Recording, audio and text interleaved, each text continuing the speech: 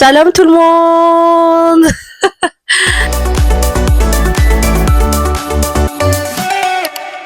Shalom tout le monde et bienvenue sur mon sixième, sur mon cinquième, sur mon quatrième, je sais plus, mais en tout cas sur mon épisode de Holy TV. Bienvenue sur ma chaîne.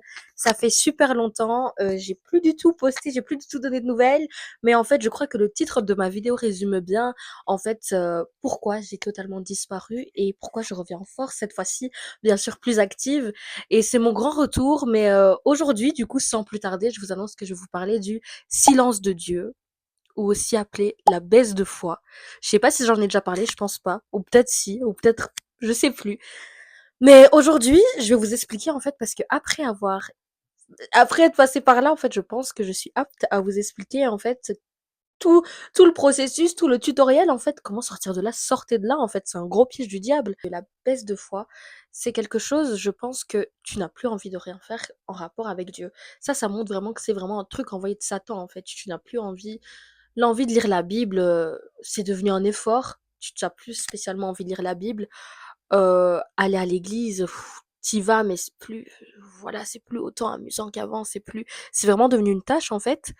Il y a aussi prier. Prier, tu le fais, mais avec flemme. Et encore, c'est quand tu te rappelles. Sinon, tu pries même pas. Tu passes ta journée à l'aise comme ça.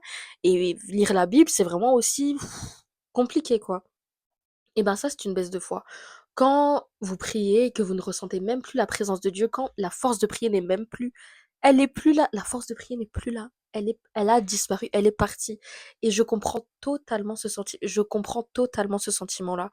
La force de prier n'est plus là. Mais vous inquiétez pas, bien évidemment, vous êtes pas la petite pièce qui cloche, vous êtes pas quelqu'un qui cloche, vous êtes pas, ne vous demandez pas, non mais qu'est-ce qui cloche chez moi? Il y a rien qui cloche chez vous. Tout le monde est passé par là, Élie est passé par là, David est passé par là et Jésus lui-même est passé par là. Parce que souvent, ceux qui sont déjà avancés dans la foi, ils ont tendance à dire: «Non mais en fait, bah, là ça prouve que tu manques de foi en fait. Là ça prouve en fait que tu n'avais pas la foi et en fait, bah, prie le Seigneur, Dieu va t'aider». Mais il y a plus la force de prier.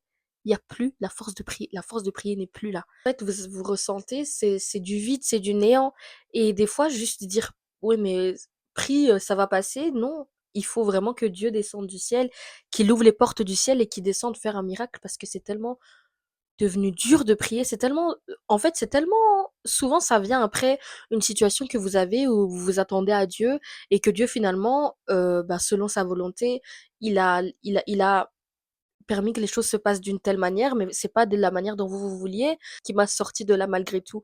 C'est la prière. Je pense que la prière, en fait, c'est se mettre à genoux, prier de toutes tes forces, prier pendant 1 heure, 2 heures. Vous savez, la prière aussi, c'est juste des fois, tu t'assois dans ta chambre et tu t'enfermes dans ta chambre et tu es là, assis sur ton lit et tu parles en tête à tête avec Dieu.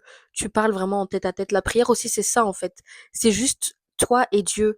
C'est vraiment juste toi et Dieu. Vous êtes assis là et voilà, il voit ton cœur. Et moi, je me rappelle, j'avais fait une prière qui m'a sorti de là. J'ai parlé avec mon cœur parce que pas des grosses prières, des récitations, qu'on a tendance à redire. Non, j'ai parlé avec mon cœur. En fait, il faut ouvrir son cœur.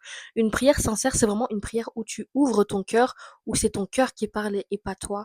Et j'ai dit: «Mais Seigneur, honnêtement, j'aimerais te parler, je veux te parler, je veux me rapprocher de toi, mais j'arrive plus.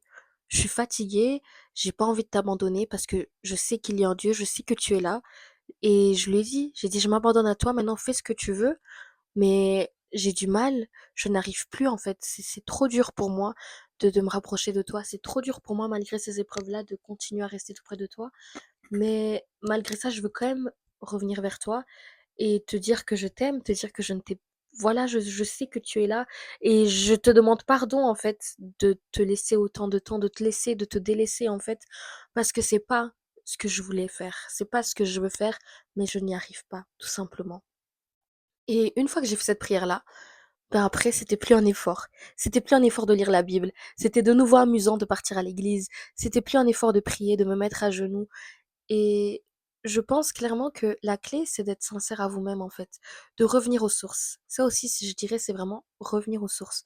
Je parle vraiment très très vite et très aléatoirement aujourd'hui. Mais excusez-moi, j'ai trop de choses à dire. Euh, de revenir aux sources, c'est-à-dire quand ça arrive, en fait, base-toi sur quelque chose, base-toi sur une situation que Dieu a changée dans ta vie. Par exemple, moi, après avoir fait cette prière-là, je me suis posée, je me suis dit, mais attends, Dieu a fait ça dans ma vie, Dieu a fait ça dans ma vie. Et mon verset préféré, moi, c'est Ésaïe 54:10. Et je l'ai pris et je l'ai lu. Et chaque jour, même en baisse de foi, c'était le seul verset que je lisais tous les jours, tous les jours, tous les jours, tous les jours, tous les jours, tous les jours. Et en fait, il faut se baser sur une source, sur un verset où ça, c'est votre histoire avec Dieu. Où ça, en fait, c'est ce que Dieu, en fait, a fait pour vous. Où ça, c'est un verset où Dieu vous a parlé personnellement, en fait. Il faut revenir à cette source-là.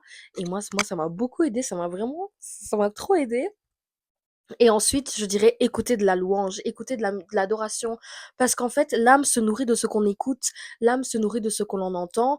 Donc en fait, même si tu dis oui, non, mais j'ai une baisse de foi, même si tu dis je sais pas quoi, en fait, ton âme, elle va se nourrir, comme on dit, l'âme se nourrit de la parole de Dieu, en fait. Et ben, l'âme va se nourrir des adorations, des louanges que tu écoutes.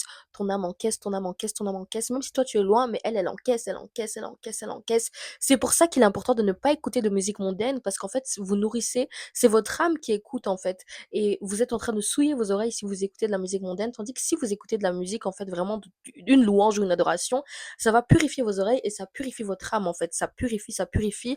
Continuez quand même à aller à l'église, même si c'est compliqué, ou au moins écouter la parole de Dieu, en fait. Ça aussi, ça purifie et ça rentre. Quand vous dites Amen, ça veut dire ainsi soit-il. Donc si on dit au nom de Jésus, tu as le Saint-Esprit, tu dis Amen, ainsi soit-il, tu as le Saint-Esprit. Et en fait, ça se passe comme ça, en fait. Nourrissez votre âme et nourrissez-vous de toute parole que Dieu donne. Et ce que je dirais aussi, c'est vraiment parler. Parler à Saint-Esprit comme si c'est votre ami. Vous voyez là, vous et moi, on parle. Et ben, faites la même chose. Parlez, vous prenez voilà, vous prenez rien en fait, vous vous asseyez sur votre lit et vous parlez, vous dites Saint-Esprit, là c'est compliqué pour moi, j'aimerais que tu rentres dans cette situation parce que c'est trop compliqué pour moi, c'est un trop lourd fardeau à porter et j'aimerais que tu viennes porter ce fardeau avec moi parce que après tout, c'est votre ami, c'est votre époux, c'est votre meilleur ami. Donc il n'y a que lui qui pourra réellement vous comprendre en fait dans toute situation en fait. Ah, il y a une pub. Satan, tu ne mourras pas, en fait. Vous voyez, ça, c'est les choses que Satan n'est pas content, en fait, que je vous dise ça. C'est en train de bugger comme jamais, mais Satan, tu n'auras pas. Au nom de Jésus, je vais quand même publier la vidéo. Mais on va quand même continuer, en fait, en attendant que la télé se remette. On va quand même continuer parce que j'ai des choses à dire, en fait. Elle veut bugger, qu'elle bug, ça ne me regarde pas. Vous n'êtes pas seul, vous n'êtes pas seul, même en baisse de foi, vous n'êtes pas seul, il est toujours là. Dieu est toujours là, même si tu te dis, mais Dieu, est-ce que tu m'as abandonné? Est-ce que quoi, tu ne m'entends plus ou quoi? Il t'entend, il est là, il est même assis à côté de toi, il t'entend, il t'écoute, il sait que c'est compliqué, il le sait, crois-moi qu'il le sait. Il le sait, vous savez que des fois il y en a des gens qui critiquent la foi des autres, mais vous savez que Jésus lui-même a dit, mais mon Dieu, pourquoi tu m'as abandonné? S'il vous plaît, tout le monde passe par des baisses de foi. Vous n'êtes pas moins ou plus à cause de ça, en fait. Vous n'êtes pas moins ou plus à cause de ça. Vous serez plus, en fait. Si vous serez plus, justement, à cause de ce que vous avez traversé, vous avancez, vous avancez, vous avancez de niveau en niveau. Mais ce qui est important, c'est de ne pas lâcher. En fait, là, c'est vraiment le diable qui vient. Alors, soit tu t'accroches à Dieu et là, tu passes le niveau supérieur, soit tu te laisses trop emporter et là, non, non. Ah! Mais là, le feu est revenu, en fait, donc et voilà. Et c'était juste pour vous dire ça. En tout cas, moi, j'ai été super contente de vous retrouver. Je sais pas quel verset je pourrais vous donner là, à part, voilà, dans les psaumes ou même dans l'ombre de la vallée de la mort, il sera avec toi. Et même si les montagnes s'éloigneraient, même si les collines se chancelleraient, son amour envers toi ne partira jamais, déclare l'Éternel, qui a compassion de toi. Et ça, c'est mon verset préféré, c'est Ésaïe 54:10. Et je crois que Dieu ne t'a pas abandonné. Je crois que cette vidéo-là, si elle passe pour toi, si elle est dans ton actualité, ce n'est pas pour rien, en fait, parce que il ne t'a pas abandonné et il tenait à te dire, en fait, que je suis toujours là, ma fille. Je suis toujours là, mon fils. Il t'aime d'un amour éternel et je pense que personne ne peut t'aimer comme Dieu t'aime. Personne ne t'aimera jamais comme lui il t'aime. C'est pas possible, en fait, parce qu'il nous aime tellement d'un amour éternel que il y a personne qui t'aidera plus que lui il t'aime. Donc tu peux chercher l'amour ailleurs. Tu peux chercher l'amour à gauche, l'amour à droite. Tu peux chercher ton amour dans des garçons. Tu peux chercher ton amour dans tout, dans le mariage, dans l'argent. Ça ne suffira pas. Tu ne seras jamais rassasié. Jamais, jamais, jamais. parce que celui qui comble tout manque d'amour, c'est le puissant et glorieux Jésus-Christ en fait. C'est seulement lui, seulement et seulement lui. Alors que Dieu vous bénisse. Je vous souhaite une bonne semaine. On est lundi. Que Dieu vous bénisse richement, que vous puissiez être la tête et non la queue dans tout ce que vous entreprendrez. Et je serai là maintenant, je serai là vraiment au moins 2 fois par semaine parce que Dieu m'a rappelé à l'ordre, il m'a dit: «Oh». Oh, oh, tu te prends pour qui là en fait? J'ai des choses à dire hein, à travers toi. Alors je suis là et on se retrouve bien sûr dans un autre épisode de Holy TV. Merci de m'avoir suivi jusque-là. Si vous êtes resté jusque-là, ben, que Dieu vous bénisse énormément et richement. J'espère qu'on se reverra très bientôt si Jésus ne revient pas avant là, bien sûr. Et en tout cas, n'hésitez pas à vous abonner, à commenter, à liker, à partager et que Dieu vous bénisse.